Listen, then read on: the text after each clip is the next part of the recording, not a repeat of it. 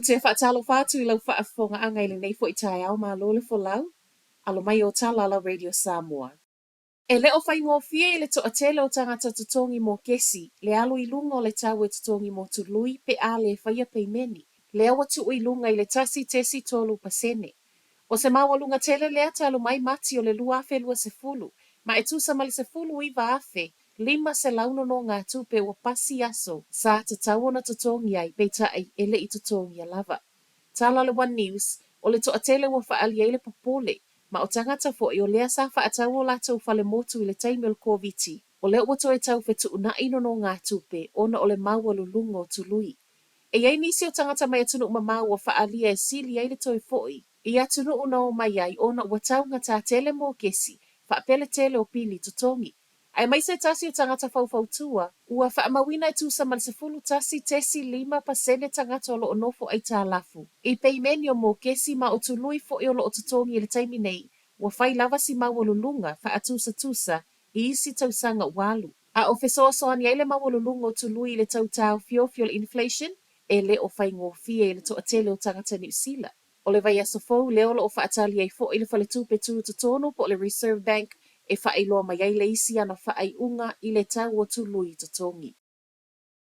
Whaamalo lo tangata whai ngā luenga to a whale o rangata mariki lea na o lato martial arts I se tasi o fusu anga na a fiai tupulanga talavou o lo o whaasala. O le ata video wato e sala lau nei o lo I loa I le fusu anga lea ma o le nofuanga lava fo I le e tasi o lo o whaasala I talavou I au kilani I saute. Lea na te vai talavou no nofo I lungo le tau o lungo le whale ma whaaleanga I le whaai ungo le vaiaso. Reportia leitio ni usila, o le fusu anga na tula I mai le o ngā tutono o le masina whaato a umatu. Ma o le sa wai o le ata video e peo na toi whaasoa e nisi lungo le social media, na ave e se ai loa I le oranga tamariki lana au whai ngā luenga o lo o a afiai. O lo o whaasolo pia neiso esu e ngal pulenga I tusama reporti, whaapea I fo I masa ili ilinga ale ofiso leo leo. Wa mo o mia le whai o se whainga I au mai aiva au lo o whewa I atu I waihiki I lalo le whainga, o lo o mawai fesoa soani mo whewa inga lau tele o na ua tau ngā tā tele. Manatu leo le sui whaipula le Greens Chloe Swarbrick, lea e sau mai Auckland Central e au fia tuai ma le motu o waihiki. Watu sei Chloe a ngā ile minister fōu o whemalanga inga, David Parker, mo se whaamalamlamanga I le tau ngā tā tele o pāsese mo waihiki. Ma o lea lava fo ina whaeilo mai le minister sa iai mua I le tausanga tā aluai o lo o ngā lulua I ai pūlenga o whemalanga inga e au mai whewa inga I waa mo waihiki I lalo wa ainga o lo I ai nei whemalanga inga lau tele. O le whaeunga le vaiaso whaatu a umatu na toe si I ai le tau o pāsese tutongi mo whewa inga nei I waa le fullers le ua 5 tā lai le return ticket.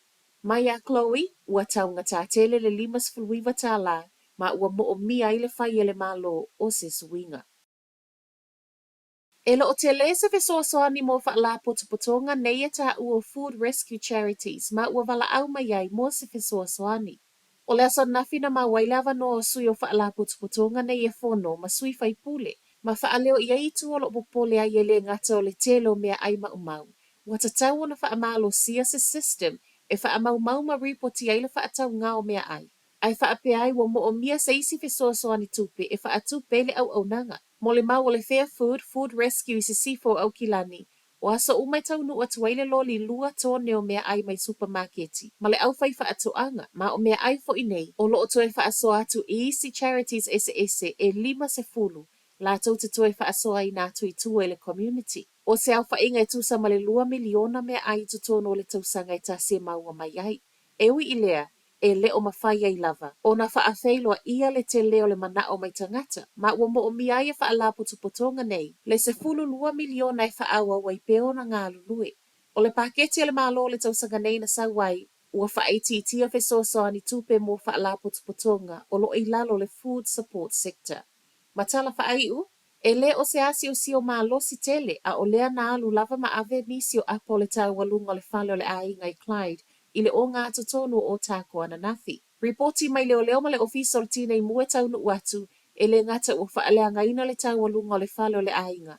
Ai ua whaaleanga atu ai maisi whale tua oi, mai apa whelelei. Te o le tolu na tupuai, ma e tāne lava le tula e 5 I le afiafia na nafi o iai pesui o le tina I mui le whale. A waso e suenga ina ia mautinolo o saunga le mu le ainga.